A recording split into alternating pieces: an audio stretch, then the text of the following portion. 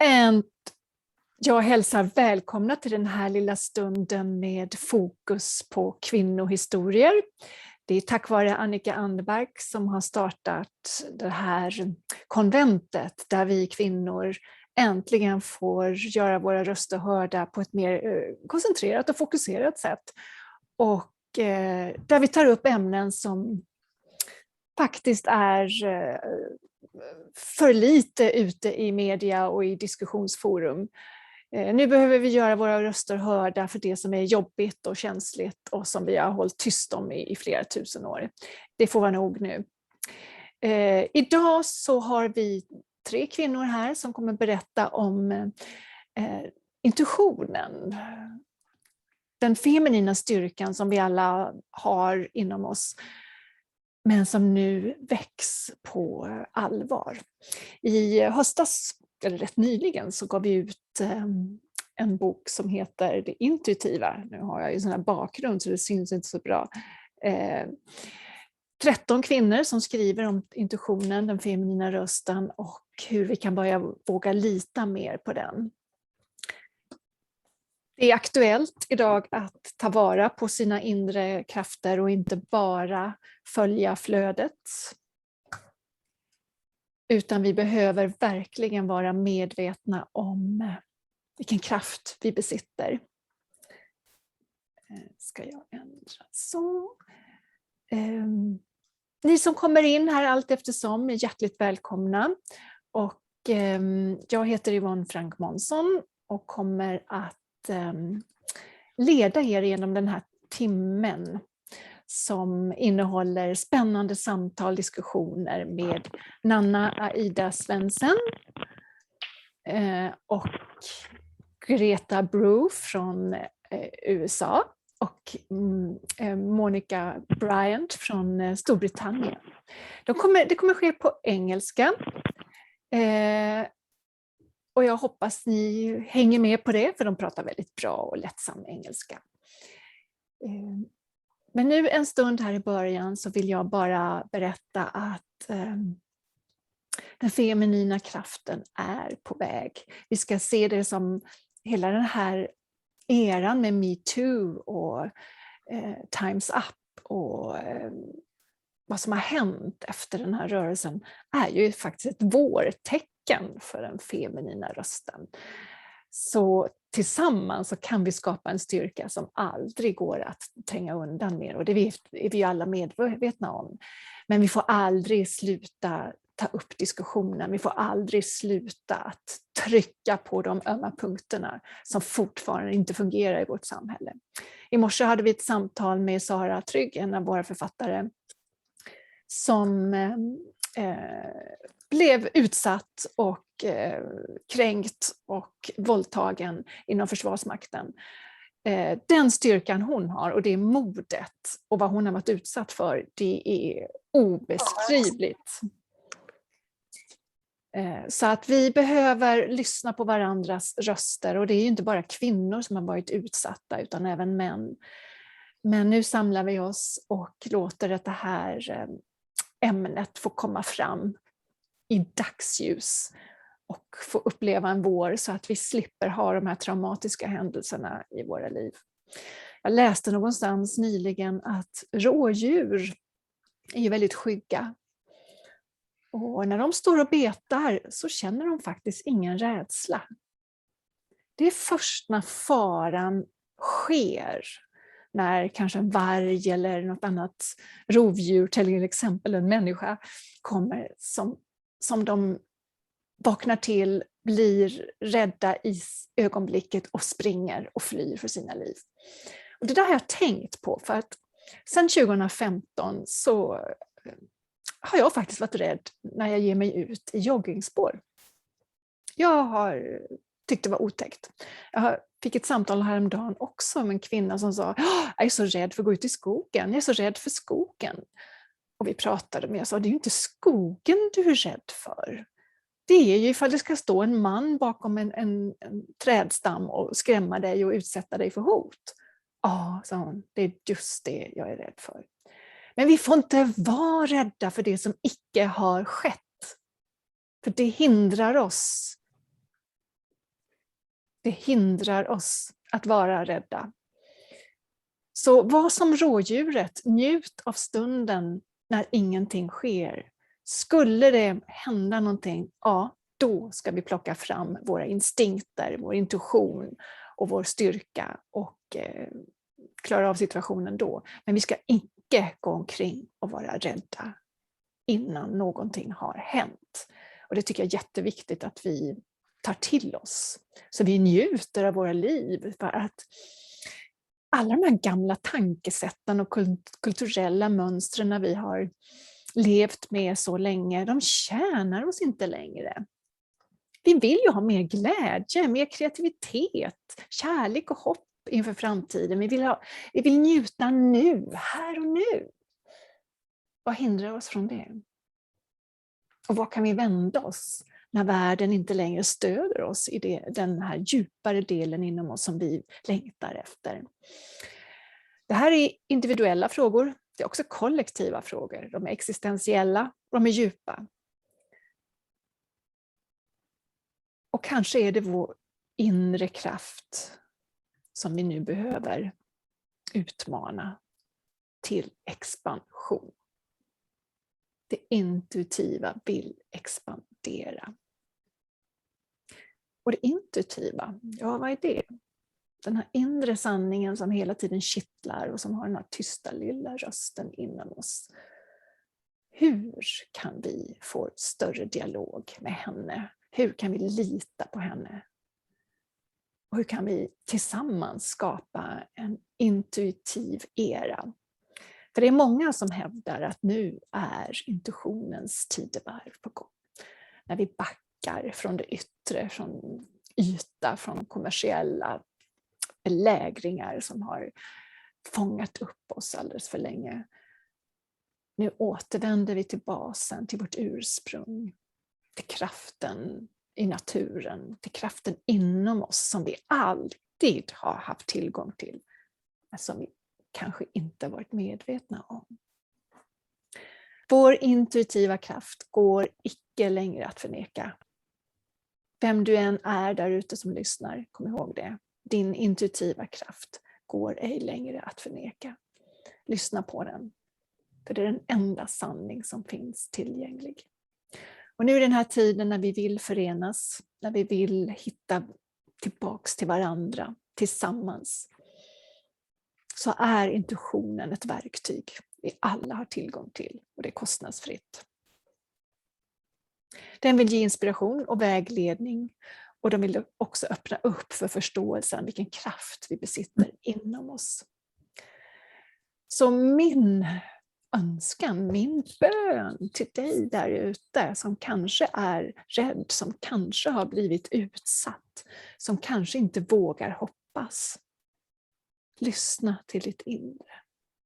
Lyssna på henne, den visdomen som du äger inom dig, som aldrig någon kan ta ifrån dig. Och följ den. För när vi alla följer vår intuition, då blir vi starka. Kan ingen längre trampa på oss. För det får vara slut med det. Jag tycker också vi kvinnor behöver bli bättre på att hjälpa varandra. Det finns fortfarande mycket kvar som vi kan göra. Vi behöver stötta varandra när någon har blivit utsatt. Vi behöver finnas till för varandra på ett helt annat sätt, på ett helt annat plan än tidigare. Och inte falla offer för fördomar och propaganda som styrs uppifrån. Oftast av patriarkatet. För vi behöver inte tillåta att den gamla makteliten skrämmer oss längre. Precis som rådjuret när det betar och icke är rädd i ögonblicket. Var inte rädda för er kraft. Utan se framtiden an som väldigt ljus, kärleksfull, fylld med glädje och kreativitet. För det är så vi vill ha våra liv. Och där är intuitionen ett fantastiskt verktyg som vi i den här timmen ska prata mer om. Vi har alltså 3 författare här idag från förlagshuset Siljans Måsar. Och de har alla varit delaktiga i det här verket, Det intuitiva, som vi släppte tidigare i höstas. Där intuitionen, det intuitiva, är huvudämnet för att väcka den feminina rösten tillbaks till sin sanna position. Det kommer vara på engelska som jag sa förut. Jag hoppas att ni kan följa det, för jag vet att de pratar fin och lugn och härlig engelska. Så jag tänker överlämna ordet till Nanna och be henne kort berätta om sin röst, om det intuitiva. Welcome, Nanna. Thank you. Thank you very much, Yvonne. That was a fantastic introduction and a good reminder that the deer, when eating the grass, is not afraid. It only becomes afraid when it's under threat. And to remember that within ourselves, not to be afraid unless we're under threat. And calling, as you were doing, calling forth our intuitive wisdom and how we need to depend on that now, and how we need to not be defined by the old patriarchal values of who we should be, how we ought to be, but that there's something deeper moving within us and around us that we need. We need our fundamentation to life and to the earth, and my guess is that the planet would benefit from that too, if we're really coming from a deeper, more authentic place. For me, I would say, and by the way, I'm a writer and I'm a poet, and always been really dedicated to linking consciousness, awareness with the heart. And so I shall be reading a couple of poems today. And for me, an aspect of the feminine is very much being willing to be, and to be the way I am, and to receive feelings, and to receive other people, and to reflect, and to be relational. So somebody once described the feminine as the egg and the masculine as the goal-oriented sperm. And I think there's something to that. We live in a very male-dominated culture, I think. That's a lot to do with doing, goal orientation, and definitions from outside of how we are supposed to be. And there's something else, another voice that's emerging in men and in women, the feminine. And it's necessary, and it's waking up now. And for me, I notice feeling somewhat vulnerable. I notice feeling as though this is a time between the worlds, that the old is not sustainable anymore, but all of the new is not yet in place. And I have to work with myself. My experience of the intuition is that in order to be well connected to it, I have to heal all the things that have happened to me that made my intuition wrong when I tried to express it and tried to follow it. And so it's a healing journey as well. It's a rigorous journey. And sometimes intuition is very available, and sometimes it's a very tender voice. And sometimes to be present enough to receive it, I have to clear my own distress and trauma. So it's a healing journey as well. The wounded healer. I think that Greta perhaps, and even Monica, might want to refer to that. But I would like to start by reading you a poem. Well, actually, I have to take a sip of tea. I'm English, you know, you always have to have tea to support you if you're British. And I wrote a poem, it's called Speaking Out. And I wrote it after seeing a concert on television with Sinead O'Connor. And at the end of the concert, she came forward and she spoke out against the Pope and against the Catholic Church and against all the abuse in the Catholic Church. Very courageous thing to do. And as I think Yvonne said, it does take courage also to speak out, to break the forms and the regular norms. It can take courage. And one of the things that struck me after watching Sinead was how vulnerable she was afterwards. She was on the stage having channeled this really powerful energy, and she was trembling. She could hardly stand up. She was crying. And it really struck me that speaking out isn't necessarily an easy thing to do. And it can be vulnerable making. And as you said, Yvonne, we need one another's support. And I mean, that's been part of the power of Me Too, the many women coming forward so that you could sense you're not alone in this thing. So this is speaking out, to honor all of those who speak out and to honor also the vulnerability in it and maybe even the resistance in it at times. Speaking out. Little did she realize how shattered she would be in the wake of speaking out, breaking a family and a cultural taboo, placing her heart on the line due to soul's need for more authenticity and aliveness. She spoke of her pain, despite those who insisted she should not. She spoke of her experience. Little did she realize how vulnerable she would be, how her heart would crack and open, how she would tremble, and the tears come to flow with the the precise naming of her anger and her grief, an anger and a grief of so many. Or perhaps she did know how vulnerable she would be as she remained silent for so long.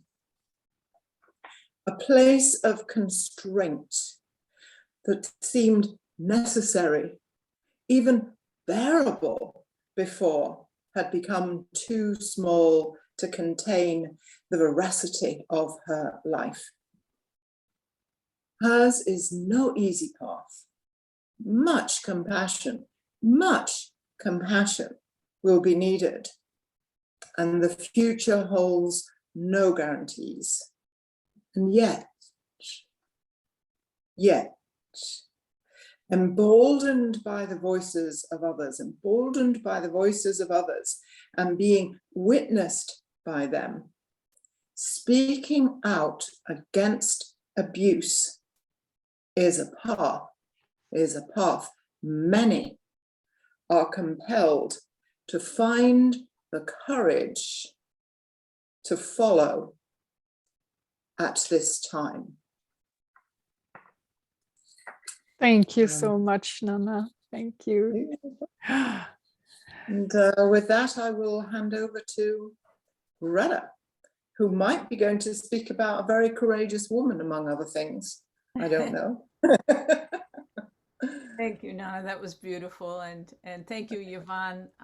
Unfortunately, I am Swedish American, but I don't understand Swedish, so I will thank you for catching me up a little, Nana, on what Yvonne said. But anyway, I'm a psycho-spiritual healer, therapist, as well as a writer, poet, singer, songwriter, teacher. And I just wanted to start by saying it is my sense that we're in the middle of another huge wave of transformation, but that it isn't, that there are many women who have gone before. And when I was, and this was in the early 70s, I was in an abusive relationship with a man, was an environmentalist, but he had a temper and he would just, punch me when he got mad, as opposed to talking it out. So I in the middle of all that abuse, I ended up doing a 120-page thesis on the emergence of the women's movement in 19th and 18th century America and Europe. And it's a human rights movement. It always has been. Women have our inclination is to bring everyone along.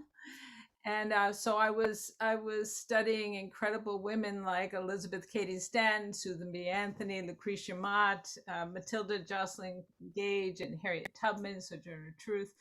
But I couldn't leave the library in Cambridge. It was part of Radcliffe. I couldn't leave it there. That's the only place where the books were. So I was reading the books there. And as I did, and this, learning about her story, I just started to grow and say, my goodness, what these women have been through. And so I started to understand the power of these waves that come and that we're in, I think, a huge one right now and have been on many fronts, but Me Too and Time's Up are very important expressions of it in this period. And so for me, I'm writing a book right now on passionate wholeness, which is talking about, this balance between men and women, and between the masculine and feminine. What does that look like in each of us? What would that be if the feminine wasn't repressed in society? And I really feel that some of this repression comes, a lot of it comes with, as Sinead O'Connor and Nana was just saying, religion and the demonizing of the feminine. And in my intuition chapter for Yvonne's beautiful book, I wrote about recasting Eve as the first philosopher, as the one who is perceiving, what is this? What is life? Let me go eat from the tree of life, which in earlier goddess traditions, ancient Sumerian, the tree of life was generous. Take, have it, get information. It was like the World Wide Web, the tree of life. I mean, you could say we're in the middle of a communication revolution right now. But anyway, recasting Eve, which put such a spin as women as the bearers of evil, when in fact, women represent intuition, receptivity, the mercy, compassion. The ancient goddess, which I've been leading groups on women's spirituality since the 70s. And, as I moved out of this beautiful study that I did undergraduate, I started to, I became part of to help co-create a women's goddess collective. And from that came all these different retreats and exploring, what does it mean to be a woman? But the primary deity is a man, is a god. So how that step in self-esteem has to be looking at finding the feminine face of the divine, and I have a poem that I've written called She Is, and it's on my website, gretabro.com. But basically where I name all the names of the goddess and how many, and all the myths all over the world, how she's represented in a myriad form. She is the earth and she's the sky goddess. So there is no one way to be a goddess. She is the all that is. And one of my favorite aspects of the goddess is divine wisdom, who is another name for her is truth. Now, aren't we in a period of truth right now? Isn't this all about another level of truth? Even then, though there's so much misinformation. And finally, I want to say, we cannot, there are certain pockets of the world where women have more rights, but there are many pockets of the world where women have no rights. And certainly in corporate America, women have been passed over for promotions, but also Me Too points out all the sexual harassment and worse, rape. So I was watching the news and Isabella Allende was on, and she's a beautiful, best-selling author and feminist and human rights activist. And she has just written a book called The Soul of a Woman. Anyway, and she said this thing that really,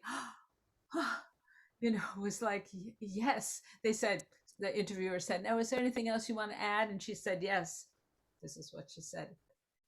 There needs to be more awareness that there is a war against women. And this is the greatest humanitarian crisis in the world.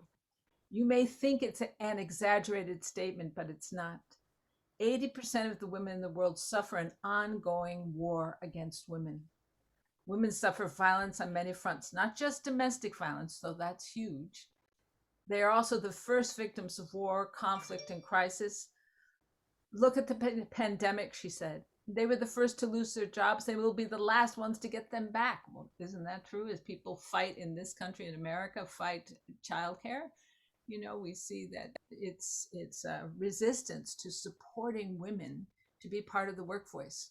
Here in America, we've never even had an American president. You know, I mean, I just had to say that. I mean, I'm sorry, we've never had an American president who's a woman. I mean, I mean, Kamala Harris is a step in that direction, but this is really painful. So she goes on to say, we need awareness among women so that we can be a united front, change patriarchy to a management of the world in which women and men are equal members, share equal power. So on that note, I pass it to you. And, you know, we see this right now in the news with Afghan women whose lives are threatened continually now by the Taliban who are in power. Can they, you know, girls taken out of school, teenagers taken out of school.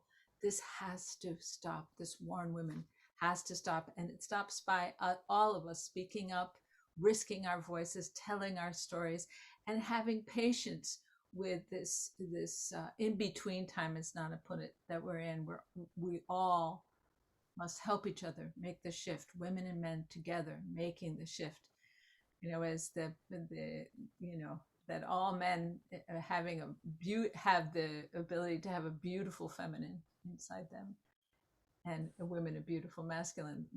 No one has the market on masculine and feminine qualities. So anyway, all right, my dear, I pass it to you, Monica. Thank you so much, Greta. Your passion and power always shines through when you speak. I love it. Thank you. So, jag ska säga först på svenska här. Jag är halvsvensk. Och innan jag börjar prata på engelska så vill jag bara säga hej till alla svenskar som lyssnar. So, back to English, just having to honor my Swedish background, Greta.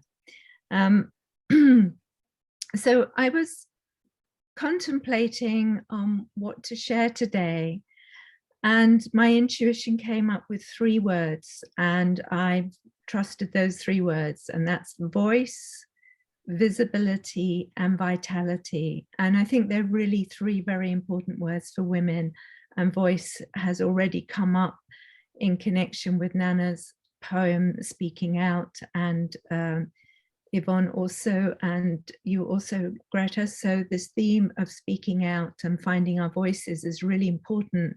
But many women are very vulnerable about speaking out and being visible in the world in the way that I am now, speaking out and being visible. It takes a lot of courage for some women, and also to write down their message into writing so that they can show up and shine. So during this really precarious time on the planet, I would say it's a really vital step for women to be empowered to speak at the personal level, and also this is essential now on the collective level, as we're seeing through the Me Too movement. So I'd actually like to first start by just voicing my appreciation of Yvonne, to acknowledge her role with Siljan's Månsson, which is really fantastic, the work she's doing, helping books to be published, obviously for women and men too, to support the process of coming out as authors for the first time. And so Yvonne's work is actively every day, in the way that Nana and Greta's work also in different ways, is empowering women to share their experiences, tell their truth, and so that that truth can resonate with others. And so I would then say, I went on to think, what would I want to share today? And in this moment that I have, I actually want to just say a few words about a recent experience I've had, which at the age of 60, I decided to go back to university to do an MA, an interesting MA called Myth, Cosmology and the Sacred.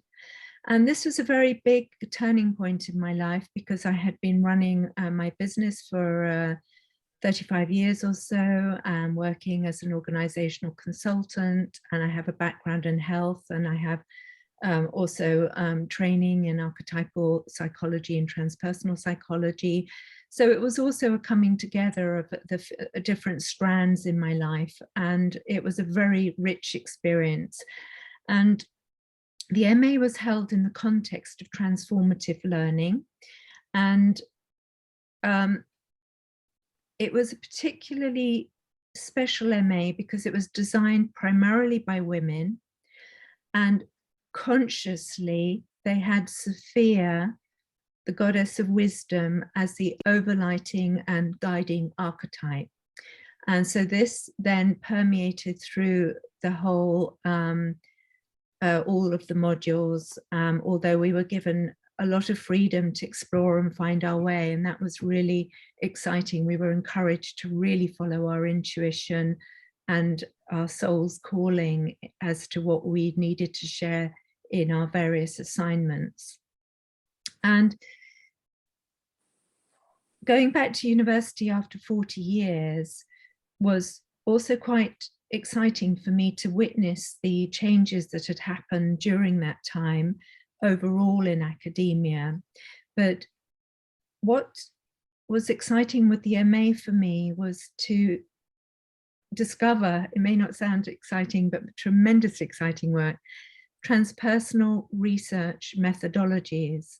And there's one of those methodologies in particular, which is purely listening to your intuition and following it into deep research for dissertations and for PhDs, and an emphasis on supporting students to find their intuition and cultivate their intuition. And it was a joy for me to see how people's lived experience was now included in academic writing and valued, and first person language rather than this more distant, stuffy approach of certainty and overconfidence that used to come across in academic work. And we were encouraged to go deep into self-reflection. And also there's another very important piece of work with the wounded researcher, and that's to really acknowledge and honor and go into our own wounds to see what's wanting to be healed through the academic work. And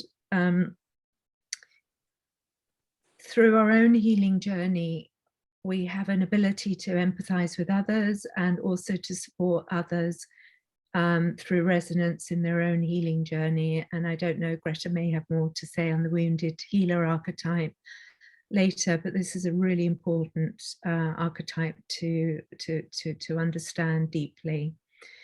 And there's much more I could say about the MA, but I just wanted to convey it was a real place of empowerment of the feminine principle. It was highly creative, deep, and transformative for me and for the other women on the course.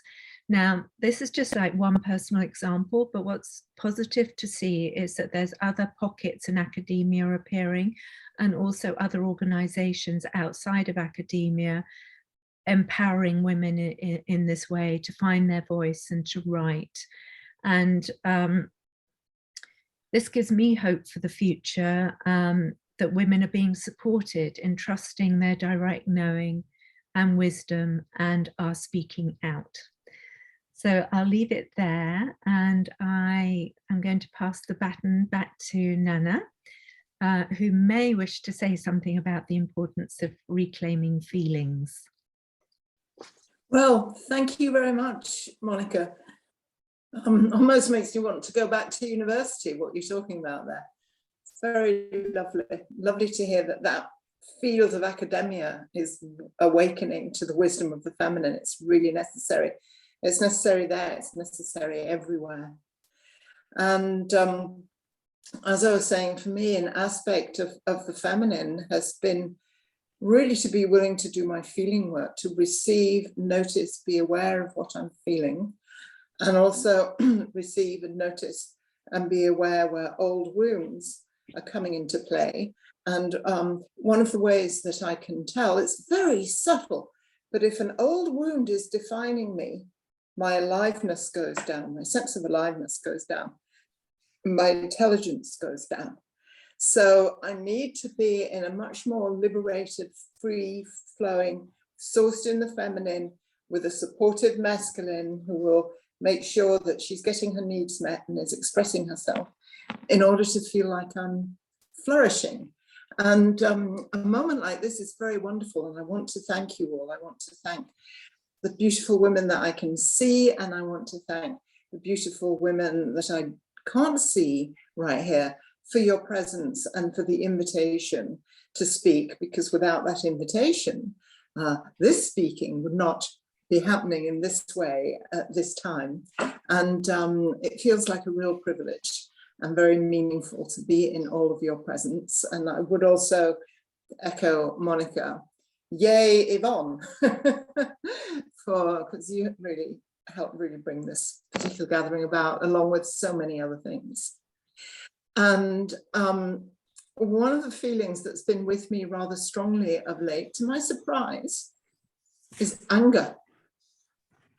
And I don't know if you've noticed this, but I've noticed often when I look around me or in people that I know, much quicker to go to anger at the moment. It's as though the level of stress in our culture and the intensity of it and the change required and the uncertainty of it is actually quite stressful on our nervous systems somehow. And so I see quickly moving to anger, or to its cousin depression, which very often is having the feeling of the soul wanting to express something, but having a tremendous amount of reasons why not to do that. And if it feels totally hopeless, to own and recognize the source, the information, because feelings are messengers, they carry information. If you can't acknowledge the source of your anger, that can then in the end lead to depression. And I can see on a lot of faces, I just need to go downtown and go to the local supermarket, and they look both angry and depressed, many of the people there, and I'm not surprised. And I came across a quote the other day, which I love, and which I'm going to read as an entranceway into my angry poem. And it's by Parker Palmer, who is a writer and activist. And he wrote, "The human soul doesn't want to be advised or fixed or saved." Doesn't want to be advised, fixed or saved. It simply wants to be witnessed, to be seen, heard, and companioned exactly the way it is. And I know that that's true for me, and I suspect that a great number of people don't have that experience in their life. They're not being witnessed, seen, heard, and companioned as they are, but they have either an internal dialogue going or people around them full of what they should do, who they should be, and all of that, which can really, really interfere with the simple being present to one another. And my guess is that it could be a source of anger, actually, that schools and parents and many, many circumstances don't provide what the soul really needs, even though, and this gathering is evidence of it, many of us are waking up to what that is and learning how to offer it to ourselves and learning how to support one another in that journey. And I'm very blessed because these women here have been very much part of witnessing and companioning me. And so I'm very pleased about that. So this is my poem about anger. It's called A Cry from the Heart. Anger as a messenger. Oh, I am angry today with aspects of the world and with aspects of myself that keep me confined to a life too small for aliveness, authenticity, and joy. Yes, anger can be dangerous, damaging, violent, vengeful, and toxic.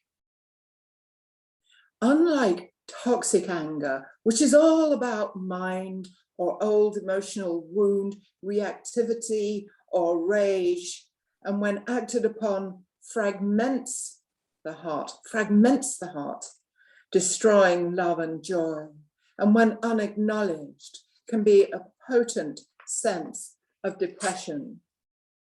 Wholesome anger has an aliveness and an authenticity to it beyond all that. It is imbued, it's imbued with a life-affirming force coming from the core. When anger is conscious and the soul's best defense, not the ego's, but the soul's best defense against something detrimental, it can be healing, creative, necessary, and wise. Wholesome anger can be an act of compassion, a form of awareness, emotional intelligence, and strength. It is not about imposing one's will onto others. It is a cry, it's a cry from the heart, a setting of a boundary that sometimes takes the form of a no, that's not negotiable. No to abuse, no to rape, no to manipulation, no to harm, no to false narrative. Anger is a messenger. If we are willing to receive it, a wake-up call requiring compassionate inquiry. What is its source? And what is it trying to tell us? So, on that note, that request for passionate inquiry, I'll hand over to Greta and see what she has to add. Oh, thank you, Nona. So powerful. Thank you. And I just want to say anger is a natural response to someone violating us. It is. A natural Exactly. response to violation. It And is I would exactly. yes. And I would even take it further and say that this war on women has been going on for actually, thousands of years. I think it's accelerated in some ways during times of war, but women have not been able to earn money, have not been able to own land. This is women of European descent, but also women from all over the world, all cultures around the world, have not been able to, if their partner takes the children, they have no recourse. I mean, this is enslavement. So, and for me also, we carry terror from, and I really want to use the word terror in ourselves, from witch hunts, where women were hunted down for intuition, for not going with the dominant religion, that they were called a sorcerer or evil, because they were embodying a sacred connection to all life and getting information from plants to what's healing directly. So opening up into what could be called the Greek word gnosis, knowing, where you're in this beautiful dialogue with everything all the time. This is the natural human state that has been crushed in patriarchal culture, in men and women, not just women. And when it's a war on women, it's a war on intuition. And that means that people are split off from their fundamental ability to be in dialogue with all of life. And indigenous people of all around the world have this, or had this ability. before they were crushed or still have it, but many of which were rubbed out, as many of the goddess traditions of Europe were rubbed out now and around the world clearly. So for me, it's the resurrecting of the sacred feminine and realizing she always came with the pantheon of gods and goddesses. I used to work with Maria Gambudis, who was the primary authority on the Bronze Age at Harvard University. And then she discovered this incredible culture in Eastern Europe and Mesopotamia region. And this culture there was no weapons of war. This was like not Neolithic, but Paleolithic culture. There were no weapons of war. There were no armies. There were no navies. And there was a pantheon of gods and goddesses. This is natural. So that everyone sees their face. And this is also archetypal psychology, which I have a background in too. But, you know, everywhere you look, you see yourself in some myth, in some story. And of course, there's a pantheon of the gods and goddesses in Indian myths and Egyptian myths and in ancient European myths. You know, they are, and in the Taoist philosophy of yin and yang, there you see the feminine and masculine, the building blocks of creation. So when we get the feminine back, now we're whole. Oh, we have a whole vocabulary of being to speak from. So, but I did want to address briefly the wounded healer and the journey of healing from violation. And for me, I've learned to trust and accept that life is intense and violation occurs, and that my soul has medicine right at the place I've been wounded. And I've seen this again and again in my students and clients, that where the wound is, medicine is generated. This is the idea of Chiron in Greek mythology, the wounded healer, who's a centaur who is pierced by a spear by another centaur, can't heal himself, but keeps generating medicine. And there is a way in which these deep wounds, they don't go away, but they become such sources of compassion and wisdom that the primary wound is no longer, shall I say, it is no longer torturing you in the same way, you know, and being active from that place of wound is really, and being empowered from that place of wound to speak out. So again, we're in a time of truth, and airing the wound is the beginning of healing, going through the rage, going through the anger, and then, you know, coming into new stages, which is not on my watch. I am stopping this, which so many women are feeling in all settings. So, and of course, women across the world need help who live in the violence of poverty. But here's my poem called "The Wounded Healer," which I thought I would read. So, and not to make recovery from trauma too simple, but I just want to say that there is a beauty to going into the wound, facing it, and of course with help and support, facing the wound, and then the violation, the rape, the invisibility, the being crushed, the violence. There's many forms of violence. So anyway, here's my poem.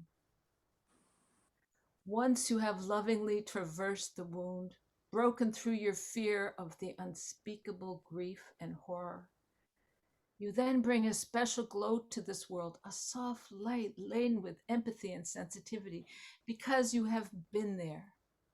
You have tasted the indifference of human callousness, known the devastation of abuse, because you trusted life, shifted course, and stumbled back through the wound, not at all sure you would survive, stared into the unfaceable sorrow. You now possess great wisdom and compassion. You now possess medicine. There is no limit to the heart that, after being frozen in a silent scream, painstakingly reawakens, tender, irrepressible, and whole. The revived heart glows with a subtle light, an inextinguishable sweetness that appears only when one has finally grieved and substantially forgiven the unimaginable betrayal, the soul-shattering loss of innocence. The heart that has been battered but then chooses to throw down the blade and shield and embarks on a path of healing can envelop the suffering of all beings with indescribable presence. this person possesses a warmth that kindles the holy seeds of awakening in others, until those hearts also ignite and discover a path to healing and reconciliation.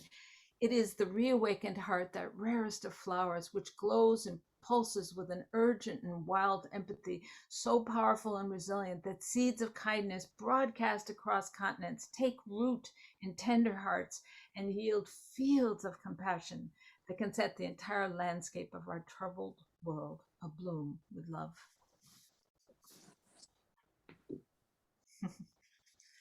So from my heart to all of you, and again, thank you for having me today. And I will pass this to Monica. Wow, thank you so much, Greta. That was exquisite, really right to the spot.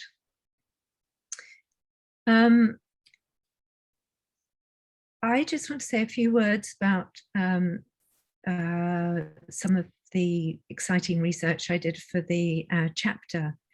And the chapter I wrote for the intuitiv, I defined intuition as an evolutionary impulse, and that this evolutionary impulse expands wholeness, wonder, and wisdom. And this is very clear to see how intuition leads to wisdom and is connected to wisdom, and how it always leads to greater levels of wholeness. And so intuition guides us to greater subtlety, balance, and harmony.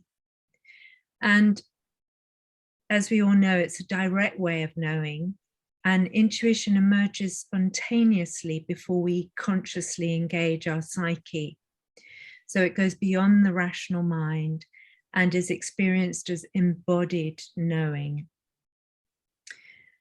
And in that, I feel women's bodies and embodiment is a really important theme to become ensouled and coming down into the body, our bodies. And what I'm seeing now is, with this huge shift from patriarchal values, there's on a bigger scale, this evolutionary balancing, I would call it, that's taking place, of shifting from values that no longer serve us to more life-affirming, holistic and integrated and beautiful, I feel to say, values. And so there's been this massive lopsidedness of all that's been suppressed and repressed, like we've spoken of women and intuition.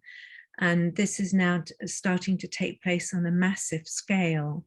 And another metaphor that's very useful as well is the left and the right brain, and the qualities of the feminine tend to align generally more with the so-called right brain qualities, although, as we've all said before, this is in all men and all women, but very prominent in women.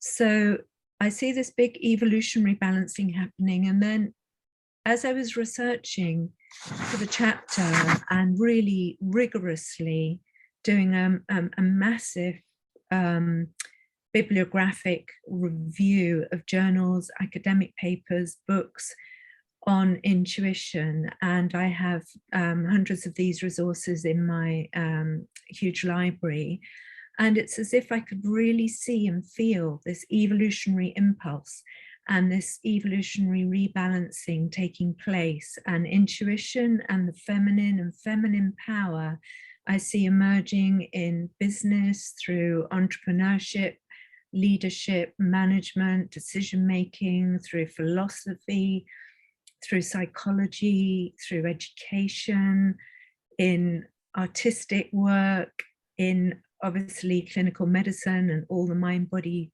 and soul therapies, and on. And then I have my own specific areas of study and the various authors over the last 100 years. So seeing this huge acceleration of books on intuition, the feminine, and that it's actually comes under many names and many guises. So we also see this through creative inspiration, indigenous knowing, and in creating harmony. And there's many other names to see this enormous evolutionary balancing that's happening. And there's plenty more that's needed, that's for sure. But that has given me hope for the future, because the evolutionary impulse working through intuition, through us individually and collectively, is moving us to greater wholeness and evolving our consciousness. And the final point to say was, I just want to put a special mention in for transpersonal psychology, because transpersonal psychology has, in my language, the widest evolutionary embrace, because it has the potential for wholeness psychologically and spiritually. So it's frameworks like transpersonal psychology that integrates the biological, social ecosystems with our greater belonging in the cosmos and the meaning of it all, and trying to find meaning on a day-to-day level. But through a bigger transpersonal perspective and wisdom, there's a big enough container to hold polarities and to also provide the safe container that can help hold traumatic experiences to enable deeper healing to come about. So I just felt to say that for me, transpersonal psychology and archetypal psychology bring depth and breadth and height, and really for me is the way to go for deeper healing for women and for nature and for all of us on this planet. I think I probably said enough there, and so I'd like to just pass the baton back to Yvonne.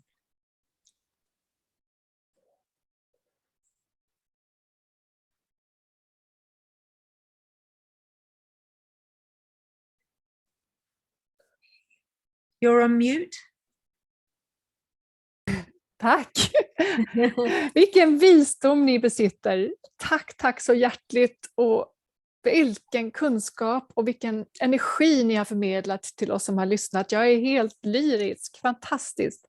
Det här bevisar ju bara att vi besitter en enorm skattkista inom oss, var och en, oberoende kön. Vi behöver bara få fram den. Och intuitionen här hjälper oss att få fram vår visdom inifrån och ut. För att nu får det vara slut på den här krigsförklaringen mot kvinnor. Och det finns många män som är på vår sida och vill få stopp på det här oändliga, onödiga våldet och missundsamheten och nedtrampningen som har pågått så länge. Det är slut nu. Det är upp till var och en av oss att höja vår röst, tala ut från vårt inre. Men jag vill att vi hjälper varandra, att vi gör det här tillsammans. För vi består faktiskt av hälften av all mänsklighet. Och tänk när vi går tillsammans. För ordet tillsammans är här en nyckel, the key point, att förena oss. För vi äger visdomen inom oss. Och vi vill fred, frihet, balans, kärlek, kreativitet och glädje. Det är den tiden vi ska expandera i vårt inre så att det når ut. Och just ordet expansion vill jag avsluta med. Ta med er det. Expansion. Känn hur du expanderar. För det är den nya tidens funktion. För vi expanderar i vårt medvetande, i vår visdom, i våra kroppar. Till och med Moder Jord expanderar. Det är bevisat att hon växer. Och vi behöver växa i skönhet och visdom och medmänsklighet och respekt och kärlek till varandra. Vi är ett tillsammans. Och vare sig du är kvinna eller man, så expanderar vi nu i det goda. Och jag lämnar den här tanken på att var inte rädd längre, utan låt din röst komma fram och ta hjälp av oss andra systrar och bröder För nu gör vi det här tillsammans. Nu sätter vi stopp för våldet och jagandet av kvinnlig kraft och styrka. Vi kan det här tillsammans och vi kan vända trenden. Tack så hjärtligt för att ni har lyssnat, och jag ser fram emot en expansion i feminin kraft här framöver. Och jag hoppas vi syns där ute på fältet med glädje och lek och hoppfullhet inför framtiden. Love you so much, and thank you girls, you are beautiful. Amazing. Thank you. Thank you. Thank you. Bye.